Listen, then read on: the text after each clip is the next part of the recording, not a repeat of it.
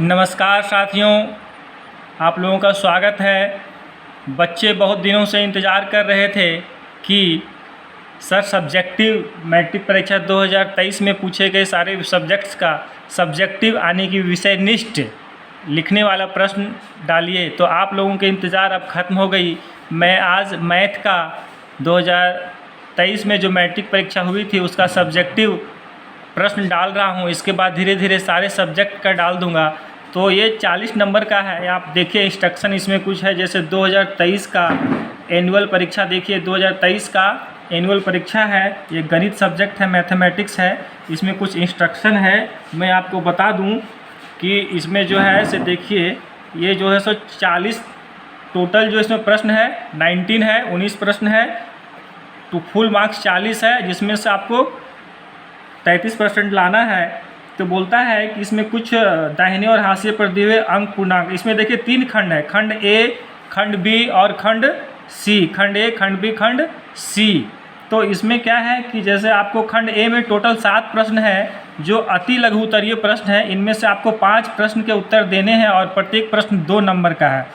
तो खंड ए में 7 प्रश्न है 1 से लेकर 7 तक, और उसमें किन्हीं 5 प्रश्नों के उत्तर देना है। प्रत्येक प्रश्न 2 नंबर के हैं। खंड बी में आपका भी 7 प्रश्न है जो शॉर्ट टाइप्स के हैं, लघु उत्तरीय प्रश्न है। इनमें से भी 5 ही प्रश्नों के उत्तर देना है और प्रत्येक प्रश्न जो है वह 3 अंक का है। फिर खंड सी जो है वह दीर्घ उत्तरीय प्रश्न है, लॉन्ग टाइप है। इनमें से 3 प्रश्नों के उत्तर देना है। टोटल 5 प्रश्न है और ये 5 नंबर का है। तो इधर इस प्रकार से देखिए, पहला प्रश्न हम लोग आते हैं। ठीक है दोस्तों, तो ये पहला प्रश्न आप लोगों को मैं बता रहा हूँ। अभाज्य गुणनखंड विधि द्वारा 510 और 92 का एचसीएफ और एलसीएम ज्ञात कीजिए। तो यहाँ क्वेश्चन जो है दी हुई है कि 510 यानी 510 और 92 का एचसीएफ और एलसीएम हमें ज्ञात करना है अभाज्य गुणनखंडन विधि से। तो हम क्या करेंगे, पहले 510 और 92 जो है इसका हम अभाज्य गुणनखंड कर देते हैं। तो यहाँ 510 का अभाज्य गुणनखंड हो गया, यहाँ 2 दूनी 4, 2 पंचे 10, फिर 2 पंचे 10, फिर 3 से जाएगा।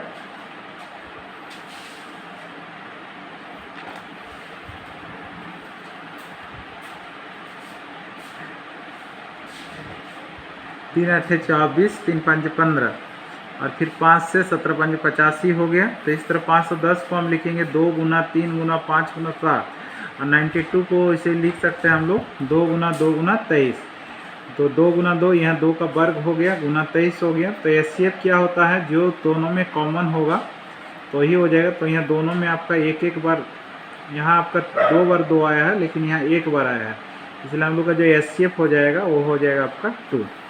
और एलसीएम में हमें सब आप अभाज्य गुणनखंड को लेना है, और जो आपका रिपीट हुआ है यानी जो दोनों में है उसमें जो अधिकतम पावर होगा, घात होगा, उसी को लेना है। तो यहाँ पर आपका जो है, यहाँ पर 2 है, यहाँ पर 2 बार आया है और यहाँ 1 बार। तो यहाँ 2 बार लेंगे मैक्सिमम घात वाला, पावर वाला। और यहाँ आपका 3, फिर 5, फिर 7, फिर यहाँ आपका 23। तो सबको गुना कर देते हैं। 2 दूनी 4 या 12 पंचे 60 हो गया, और 7 और 23 को गुना करेंगे तो आ जाएगा 161, और 60 और 161 को मल्टीप्लाई करने से आ जाएगा 9660। तो इस तरह 510 और 92 का आपका एलसीएम हो गया 9660, यानी 9660। 2 नंबर का क्वेश्चन है, बहुपद px बराबर 3x² प्लस 7x माइनस 6 को बहुपद gx बराबर x प्लस 3 से भाग दीजिए तथा भागफल एवं शेषफल लिखिए। तो यहाँ भाग देते हैं, यानी gx से px को gx से भाग देना है। तो यहाँ पहले हम लोग लिख लेते हैं, यानी px भाज्य 3x² प्लस 7x माइनस 6, और gx से आपका भाजक जो है, जिसे भाग दिया जाए तो उसको हम लोग भाजक कहते हैं, इसलिए वो है आपका x प्लस 3। तो यहाँ जो पहला पद है वो है आपका 3x² है, और यहाँ जो पहला पद है वो x है। तो x आपका कट गया तो r आपका 3x। तो हम क्या करेंगे, भागफल की जगह पर 3x लिखेंगे। तो 3x और x हो गया आपका 3x², 3x और यहाँ 3 कितना हो गया 9x, अब यहाँ माइनस करते हैं, साइन सब चेंज करना होगा, प्लस 3x है तो यहाँ माइनस, प्लस 9x तो माइनस, तो 3x² और माइनस 3x² यहाँ कैंसिल आउट हो गया, और यहाँ 7x माइनस 9x यानी -2x, और ये हो गया आपका -6। फिर यहाँ फर्स्ट टर्म जो है आपका -2x है, और यहाँ फर्स्ट टर्म जो पहला पद है वो है आपका x, तो यहाँ कट कर आ गया आपका -2, तो फिर भागफल में लिखेंगे -2 और x यानी -2x -2 इंटू +3 हो गया -6। अब साइन चेंज करेंगे, माइनस हो गया प्लस, यहाँ भी माइनस प्लस, तो -2x + 2x कैंसिल आउट हो गया, और यहाँ -6 + 6 ये भी कैंसिल आउट हो गया। तो इस तरह भागफल जो आया हम लोग का क्वोशिएंट निकल कर आ गया 3x - 2, और जो रिमाइंडर यानी शेषफल है वो है आपका 0। तीसरा नंबर का क्वेश्चन है, ABC एक समद्विबाहु त्रिभुज है जिसमें AC बराबर BC है। यदि AB² = 2AC² है तो सिद्ध कीजिए कि ABC एक समकोण त्रिभुज है। तो यह सबसे पहले फर्स्ट ऑफ ऑल हम लोग एक त्रिभुज बनाते हैं ABC, और इसमें क्या बोला है, ABC एक समद्विबाहु त्रिभुज है जिसमें AC बराबर BC है। तो ये आपका AC बराबर क्या है, आपका BC है। ठीक है, मार्क कर दिए। यदि AB² बराबर 2AC² है तो हमें सिद्ध करना है कि ABC एक समकोण त्रिभुज है। तो ABC एक समकोण त्रिभुज कब होगा, जब हम इस त्रिभुज का कोई एक कोण को हम क्या करेंगे, 90 डिग्री दिखा देंगे। तो ऐसे लिखना है, दिया है कि ABC एक समद्विबाहु त्रिभुज है जिसमें AC बराबर BC है। तो ABC एक समद्विबाहु त्रिभुज है, और इन व्हिच इसमें क्या है, AC बराबर BC है। सिद्ध करना है कि we have to prove that ABC एक समकोण त्रिभुज है। तो हमें क्या प्रूव करना है, जो ABC एक है वो आपका राइट एंगल ट्राइंगल है। तो इस त्रिभुज में हम देख सकते हैं जो दी हुई है हमें AB² = 2AC², तो इम्प्लाइज दैट AB² = 2AC² को हम लिख सकते हैं AC² + AC²। ठीक है, तो ये हो गया AB² = AC² प्लस, यहाँ पर फिर AC को हम हटाकर BC लिख सकते हैं। क्यों लिख सकते हैं, क्योंकि AC और BC आपका बराबर है।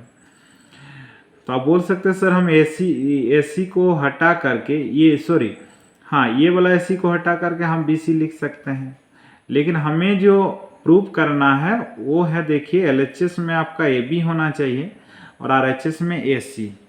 तो हमें जो दिया हुआ है हमें AB² = 2AC²। ठीक है, तो AB² = लिख दिए AC² + AC²। फिर क्या करेंगे, हम एक AC को हटाकर BC² लिख दें। ठीक है, तो इस तरह आ गया आपका AB² = AC² + BC²। तो इस त्रिभुज में जो आ रहा है AB का वर्ग जो है वो बराबर आ रहा है AC का वर्ग प्लस BC का वर्ग के साथ बराबर। तो पाइथागोरस प्रमेय का विलंब जो होता है वो क्या बोलता है, यदि किसी त्रिभुज में एक भुजा का वर्ग अन्य दो भुजाओं के वर्गों के योग के बराबर है तो जो पहली भुजा है उसका जो सम्मुख कोण होता है वो समकोण होता है। तो यहाँ बड़ी भुजा या पहली भुजा जो बोलेंगे वो हो जाएगा आपका AB। तो AB का सम्मुख कोण है आपका C, इसलिए कोण C 90 डिग्री हो जाएगा। अतः ABC एक हो गया समकोण त्रिभुज।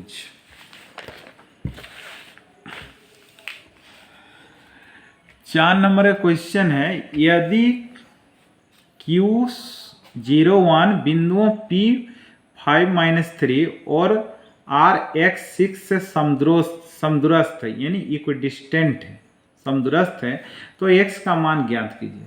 तो यहाँ हम देख सकते हैं चूंकि Q01 बिंदुओं P और R से समदूरस्थ है, मतलब Q जो है आपका यहाँ एक पॉइंट है वो क्या है, बिंदु R और S यानी P और R, यानी P क्या है आपका 5-3 और R क्या है आपका X6 समदूरस्थ है। मतलब Q और P की दूरी के बीच की दूरी जितना है Q और R के बीच का डिस्टेंस भी उतना ही है।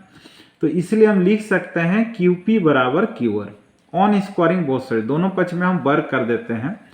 तो इधर हो गया QP² और इधर हो गया QR। वर्ग इसीलिए किए क्योंकि हम जब दूरी सूत्र का प्रयोग करेंगे तो रूट आ जाएगा, तो वर्ग करने से आपका स्क्वायर रूट हट जाएगा। तो अभी Q और P के बीच दो बिंदुओं के बीच की दूरी क्या हो जाएगा, 5 - 0 का स्क्वायर प्लस -3 - 1 का whole square is equal to हो जाएगा QR। तो यहाँ पर हो जाएगा x माइनस 0 का स्क्वायर और ये हो गया 6 माइनस 1 का स्क्वायर, ठीक है। यहाँ 5 माइनस 0 0 यानी 5 का वर्ग 25 हो गया, -3 -1 -4 का स्क्वायर हो गया 16 और x माइनस 0 x आया, x का स्क्वायर और 6 माइनस 1 5 का स्क्वायर हो गया 25 बोथ साइड्स कैंसिल कर दिए, इस तरह x square is equal to हो गया 16, तो x is equal to square root of 16 हो गया। और जब स्क्वायर रूट में रहेगा तो हमेशा हम वैल्यू लिखेंगे उसको प्लस माइनस में, ठीक है। तो इस तरह x का वैल्यू जो निकल कर आ गया आपका x is equal to +-4।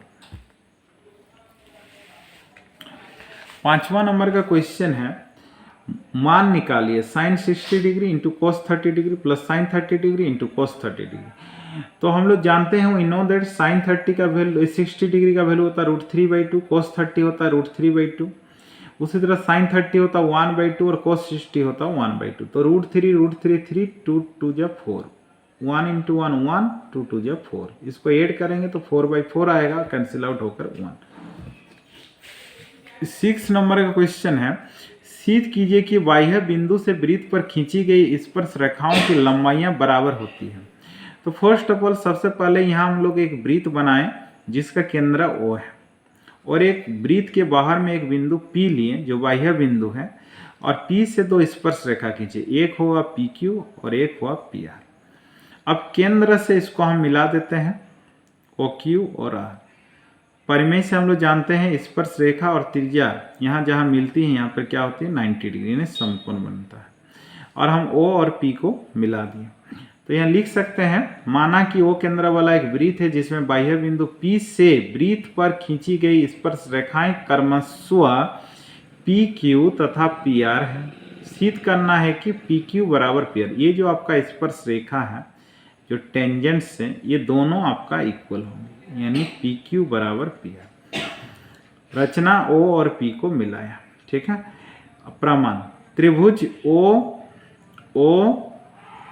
OQP और एक त्रिभुज ले रहे हैं ORP। ये दोनों त्रिभुज में आप देख सकते हैं OQ बराबर OR होगा, क्यों होगा, क्योंकि ये दोनों त्रिज्या है, एक ही वृत्त की त्रिज्या है, और OP बराबर OP ये उभयनिष्ठ हो जाएगा। और यहाँ आप देख सकते हैं OQP भी 90 डिग्री, ORP भी यहाँ 90 डिग्री, ठीक है। तो यहाँ आप लिख सकते हैं प्रत्येक कण 90 डिग्री, और ये हो गया आपका उभयनिष्ठ यानी कॉमन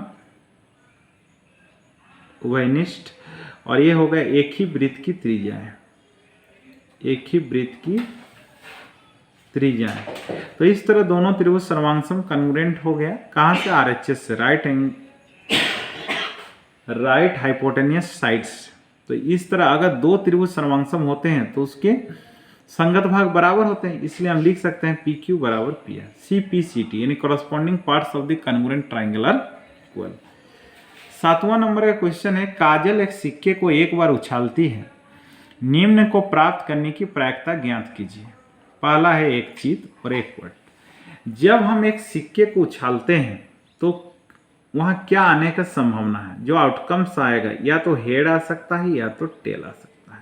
तो इसका जो सिंपल स्पेस बनेगा H और T, यानी कुल संभव परिणामों की संख्या हो गई यहाँ पर 2। तो यहाँ एक बार अगर एक कॉइन को हम लोग उछालेंगे तो जीत आने की जो संभावना है वो एक बार है और टोटल आउटकम सबका 2 बार है।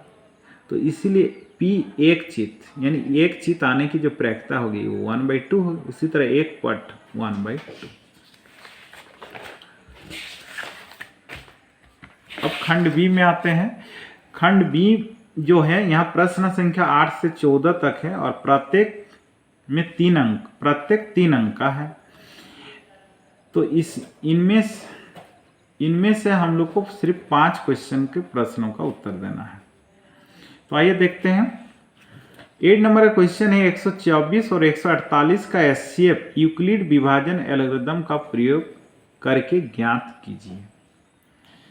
तो यहां क्या करेंगे, देखिए सबसे पहले आपको क्या करना है, रफ में 124 और 148 का भाग विधि से हम एचसीएफ ज्ञात करेंगे। तो 124 से कम 124 हो गया यहाँ। 8 में से 4 घटा गया 4, 4 में से 2 घटा 2, फिर यहाँ 24 आ गया, यहाँ 124, 24 पंचे हो गया 120, आ गया आपका 4, फिर यहाँ 24 आ गया, 4 छक्के 24। तो इसको देखना, यहाँ देखिए 148 जो है ये आपका भाज्य है, ये भाजक है, ये भागफल है और शेषफल। तो हम 148 को क्या लिखेंगे, भाजक गुना भागफल योग शेषफल। ये देखो भाजक गुना भागफल योग शेषफल। उसी तरह 124 को क्या लिखेंगे हम, 24 गुना 5 योग 4। उसी तरह 24 को हम क्या लिखेंगे, 4 गुना 6 प्लस 0। 0 आ गया, तो यहाँ जो भाजक बच रहा वही होगा हम लोग का HCF। तो HCF इस तरह हो गया इसका 4। 9 नंबर का क्वेश्चन है, ग्राफीय विधि से हल कीजिए। 2x plus Y equal to 6 और 2x minus y is equal to 2 है। तो इसको हम लोग को ग्राफिकली मेथड से इसको हल करना है। हल मीन्स इसमें x और y का मान ज्ञात करना है। तो सबसे पहले हमें यह क्या करना है, जो समीकरण 1 है उसका मान सारणी निकालना है, फिर समीकरण 2 का भी मान सारणी निकालना है और ग्राफ खींचना है। तो यहाँ पर देखिए समीकरण 1 से y इज इक्वल टू हो जाएगा आपका 6 माइनस 2x। इसलिए समीकरण 1 का जो मान सारणी होगा वो निकल कर आएगा। x अगर हम 0 लेंगे तो 6 माइनस 2 इंटू 0, यानी 6 अगर 3 लेंगे तो 2 3 6, 6 माइनस 6 0। आप कुछ भी वैल्यू ले सकते हैं x का मान और उसके करस्पॉन्डिंग आपको y का मान निकालना हो, लेकिन कम से कम यहाँ पर आपको 2 वैल्यू लेना ही है। समीकरण 2 में 2 से y का वैल्यू आ जाएगा, y को इधर ले आते हैं तो 2x माइनस 2। यहाँ x 0 लेंगे तो निकल कर आ जाएगा y का वैल्यू माइनस 2। अगर 1 लेंगे 2 एक कम 2, 2 से 2 घटेगा 0। इस तरह y का वैल्यू आ गया 0। तो एक हो गया आपका 0 माइनस 2 और एक हो गया आपका 1 0। ठीक है, आइए इसका भी ग्राफ खींचते हैं। तो यहाँ पर सबसे पहले आपको x अक्ष और ये x डैश, ये हो गया आपका y और ये हो गया y डैश। ठीक है, तो यहाँ पर पहले यहाँ अंकित करना होगा पॉइंट, -1 -2 -3 -4 -5। इधर आपका 1 2 3 4 5 6, इधर उसी तरह -1 -2 -3 -4 -5। तो यहाँ सबसे पहले देखते हैं, पहला जो मान सारणी है आपका 0 6 है। मान सारणी में आते हैं, पहला मान सारणी में जो हल है 0 6 है। तो x का वैल्यू 0 है, y 6 है, तो ये हो जाएगा आपका 0 6। दूसरा क्या है 3 0, तो x से आपका 3 और y है 0, तो यहाँ पर हो गया। तो दोनों बिंदुओं को मिलाते हुए एक हम क्या करेंगे, रेखा खींचेंगे।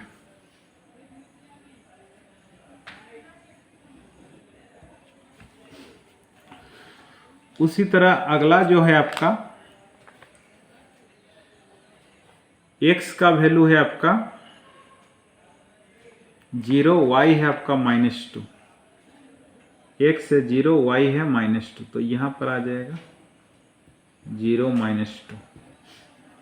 स्केल हो स्केल, और यहाँ पर 1 0, दूसरा जो है आपका यहाँ पर 1 0 है, तो यहाँ पर हो गया आपका, ये हो जाएगा आपका 1 0।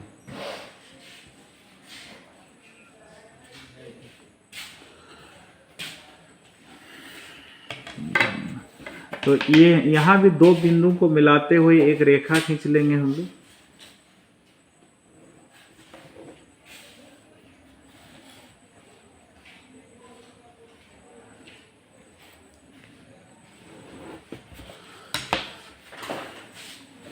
तो ये दो रेखाएं इस बिंदु पर आपका यहाँ मिल रही है, तो इधर से x का वैल्यू 2 और y भी आपका निकल कर आ रहा है 2। तो ये दोनों रेखाएं एक दूसरे को प्रतिच्छेद कर रही है, कौन सा बिंदु पर, 2 2 पर। 2 पर, यानी x का वैल्यू हो गया आपका 2 और y भी हो गया आपका 2। तो यहाँ देख भी सकते हैं हम लोग वेरीफाई करके हम लोग का आंसर सही है या नहीं है। तो इस तरह ये समीकरण को ग्राफीय विधि से अगर हल करते हैं तो निकल कर आ जाएगा x बराबर 2 और y बराबर 2। यही है हम लोग का सॉल्यूशन।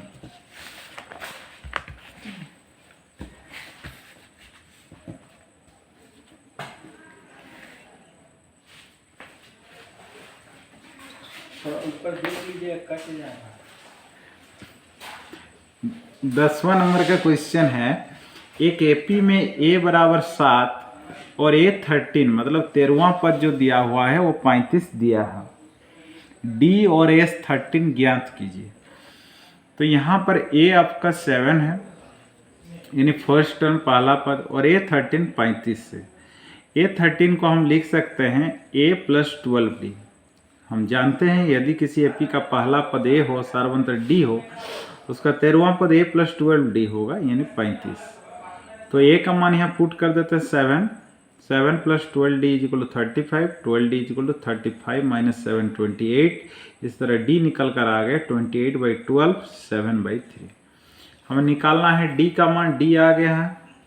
अब S13 Sn बराबर क्या होता है n/2, 2a plus n minus 1 into D. तो यहाँ पर n की जगह 13 है तो 13/2 2a plus 13 minus 1 into D. तो इस तरह आ गया आपका 13/2, हाँ सर, 2 इंटू a हो गया आपका 7, और यहाँ हो गया आपका 13 माइनस 1 12, और d हो गया आपका 7/3। इसको सरल करते हैं और निकल कर आ जाएगा आपका 13/2 इंटू 42। इसको कैलकुलेशन करने से आ जाएगा 273। इस तरह 11 नंबर का क्वेश्चन है, त्रिभुज ABC का क्षेत्रफल ज्ञात कीजिए जिसके शीर्षों के निर्देशांक -5 -1 3 -5 और 5 2 है। तो त्रिभुज के क्षेत्रफल का जो फॉर्मूला होता है वो होता है 1/2 x1 y2 minus y3 plus x2 y3 minus y1 plus x3 y1 minus y2।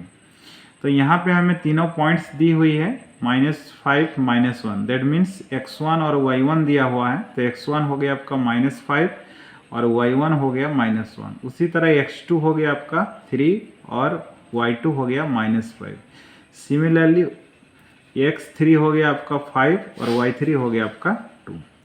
तो त्रिभुज ABC का क्षेत्रफल क्या होती है 1/2 into x1 y2 minus y3 plus x2 y3 minus y1 plus x3 y1 minus y2। और यहाँ सारा वैल्यू हम पुट कर देंगे x1 x2 x3 और y1 y2 y3, और उसको सरल करेंगे आपका आ जाएगा 1/2 इंटू 64। इसको कैंसिल। 12 नंबर का क्वेश्चन है, सिद्ध कीजिए कि cos a by 1 plus sine a plus 1 plus sine a by cos a is equal to 2 sec है।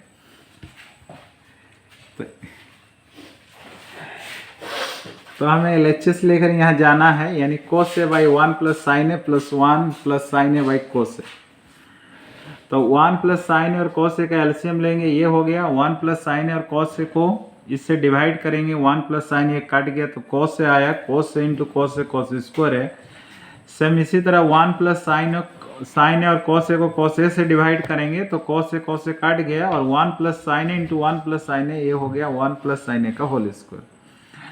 तो यहाँ हो गया cos square by A, cos square A plus इसको ब्रेक करेंगे a प्लस बी का होल स्क्वायर में, तो a स्क्वायर प्लस 2ab, यानी a की जगह यहाँ 1 है और b की जगह साइन ए है, तो हो जाएगा 1 plus 2 sign a plus sine square है। इसको सजा कर लिखते हैं, पहले 1 लिखते हैं फिर साइन स्क्वायर है प्लस कॉस स्क्वायर है प्लस 2 साइन है।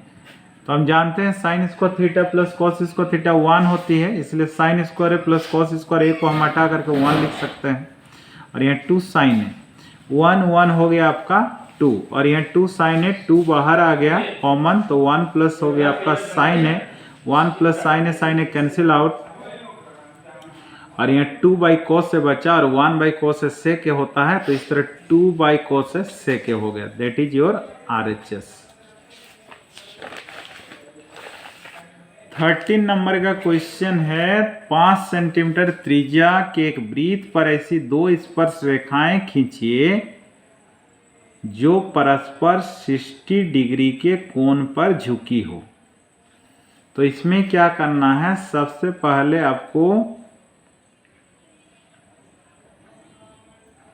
एक वृत्त खींचना है, कितना सेंटीमीटर लेकर, 5 सेंटीमीटर लेकर। इसकी त्रिज्या जो होगी वो कितना होगी, 5 सेंटीमीटर, ठीक है।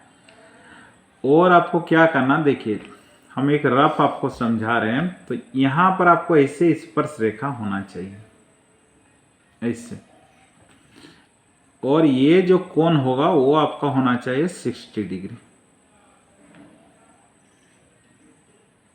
ठीक है। तो यहां पर कितना डिग्री हो गया, 90 डिग्री।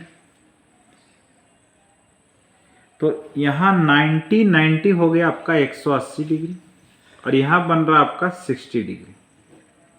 तो कितना हो गया, यहां कितना होना चाहिए वैसे में, ये हो गया आपका 0 और 18 से 6 घटा 12, मतलब यहां हम लोग को 120 डिग्री का कोण बनाना है। तो सबसे पहले क्या करना है, आपको वृत्त खींचना है, कितना सेंटीमीटर त्रिज्या लेकर, 5 सेंटीमीटर, ये केंद्र हो गया। और यहाँ कोई भी एक बिंदु ले लेते हैं P और इसको मिला लेते हैं, और यहाँ चाप खींच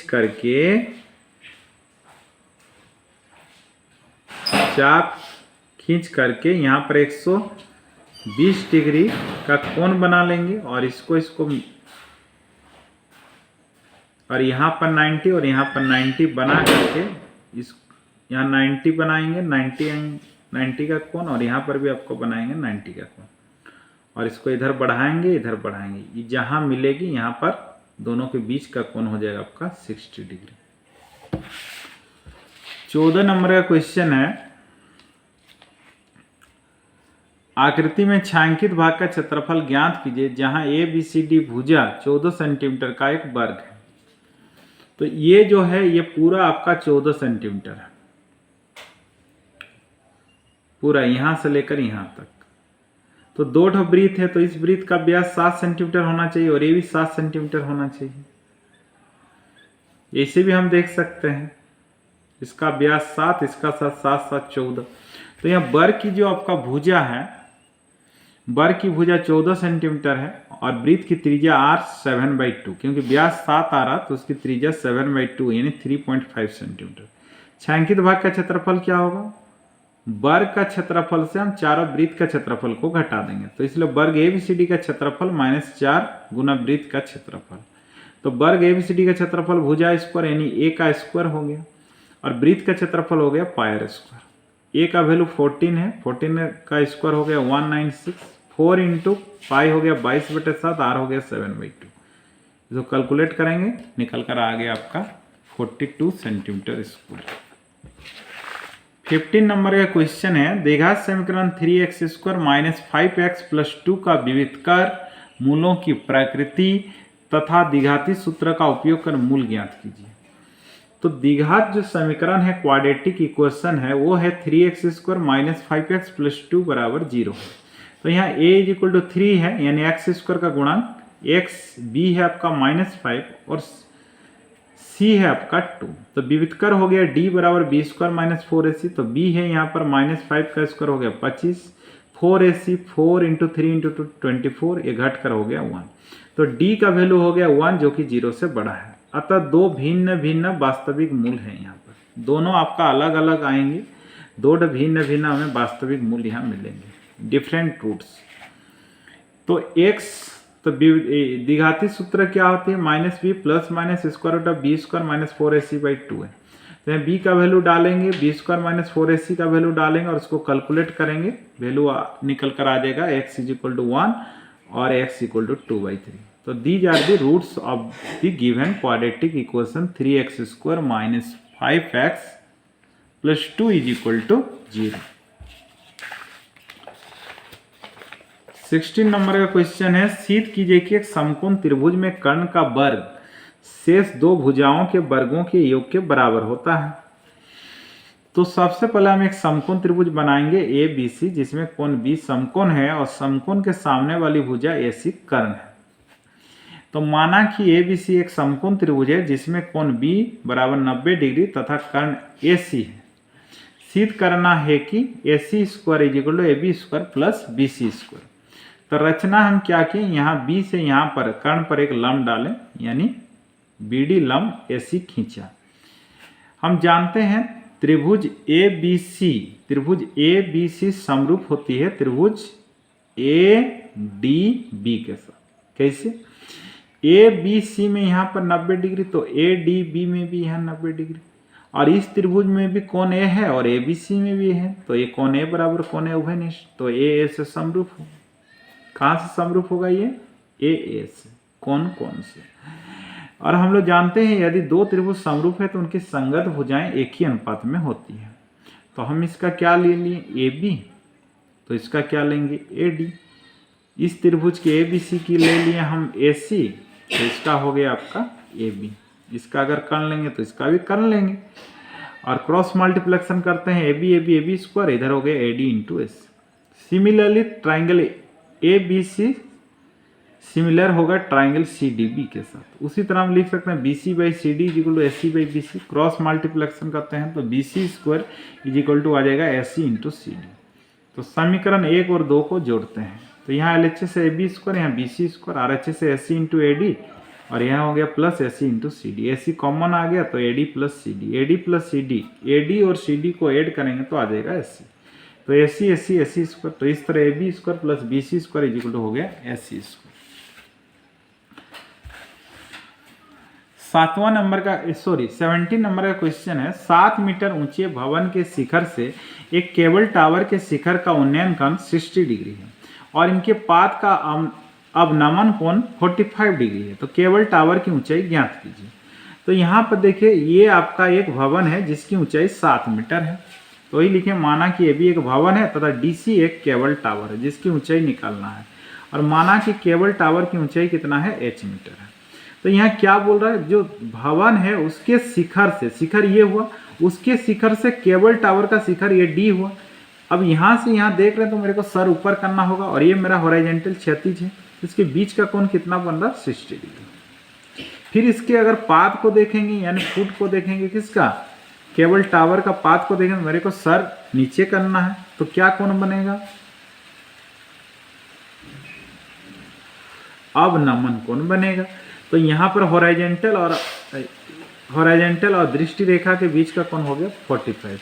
तो ये AE और BC आपका समानांतर होगा, इसलिए यहाँ अगर 45 कोण बनेगा तो यहाँ भी 45 बन जाएगा।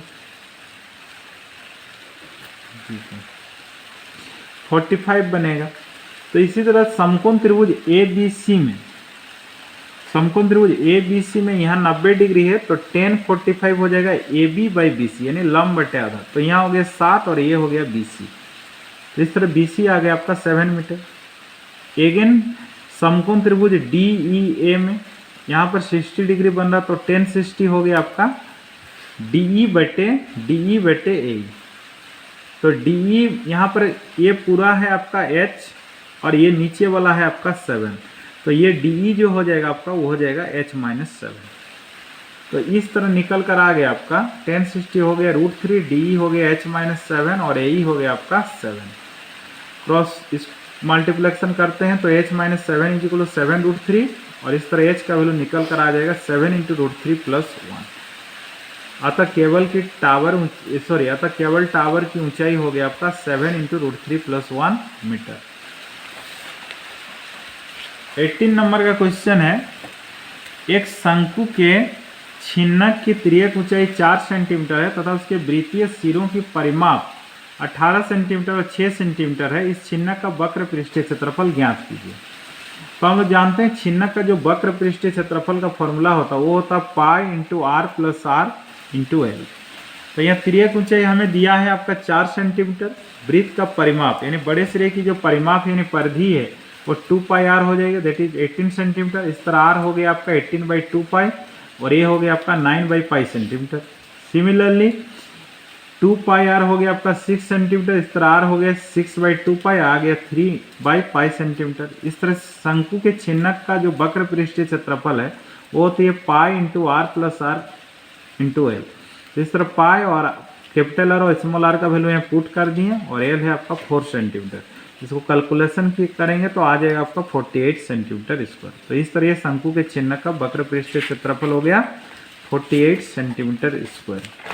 लास्ट क्वेश्चन है आपका 19 नंबर का। यहाँ क्या बोल रहा है आपका, निम्न आंकड़ों से माध्य ज्ञात कीजिए, यानी मीन ज्ञात करना है। तो डेटा दिया हुआ है आपका, यानी क्लास इंटरवल वर्ग अंतराल है ये, और आपका ये फ्रीक्वेंसी है, बारंबारता है। तो यहाँ हम माध्य निकालने का 3 विधि, एक प्रत्यक्ष विधि है, एक है आपका पग विचलन विधि। तो यहाँ पर हम लोग क्या कर रहे हैं, देखिए xi यानी मध्य बिंदु निकालें, वर्ग चिन्ह, फिर di और फिर ui निकालें, फिर fi इंटू ui, और माध्य का फॉर्मूला ये लगा रहे हैं हम, a plus sigma fi into ui by sigma fi into h। तो यहाँ a कितना है आपका, यानी कल्पित माध्य जो है आपका 70 है, 70 बैठा दिए, fi इंटू ui ये आ गया टोटल -2, और सिग्मा fi है आपका 35, और h क्लास इंटरवल है, वर्ग अंतराल कितना है 55 में से इसको घटा दे 10 आएगा, और इस तरह इसका कैलकुलेशन करेंगे तो निकल कर आ जाएगा 69.43। ये रहा आपका माध्य। ठीक है दोस्तों, तो ये सब्जेक्टिव प्रश्न जो टोटल 19 क्वेश्चंस था, तो टोटल 19 क्वेश्चंस में आपका जो है प्रश्न संख्या, खंड सी का प्रश्न संख्या जो 15 से 19 तक आने की टोटल प्रश्न 5 थे, जिसमें से 3 प्रश्नों के उत्तर देना है, और प्रत्येक अंक 5 प्रश्न के हैं, प्रत्येक जो है प्रश्न वह 5 अंक मान के हैं। और आपका जो खंड बी था, खंड बी जो है वो आपका है प्रश्न संख्या 8 से 14 तक, जिसमें से 7 प्रश्न टोटल है और 5 ही प्रश्नों के उत्तर देना है, और यह 3 अंकों का है। और प्रश्न संख्या 1 से लेकर 7 तक 7 प्रश्न है, जिनमें से 5 प्रश्नों के उत्तर देना है, और प्रत्येक प्रश्न 2 नंबर का है। तो आप लोगों को सब्जेक्टिव क्वेश्चन यानी कि विषयनिष्ठ प्रश्नों का बहुत लंबे समय से इंतजार था। तो आप लोग अधिक से अधिक दोस्तों को यह शेयर कर दीजिएगा, लाइक कमेंट्स कीजिएगा, प्लीज़ सब्सक्राइब कर दीजिए, और अधिक से अधिक दोस्तों को शेयर कीजिएगा, क्योंकि सारे बच्चे जो है वह सब्जेक्टिव प्रश्न का वीडियो मांग रहे थे। ठीक है दोस्तों, धन्यवाद।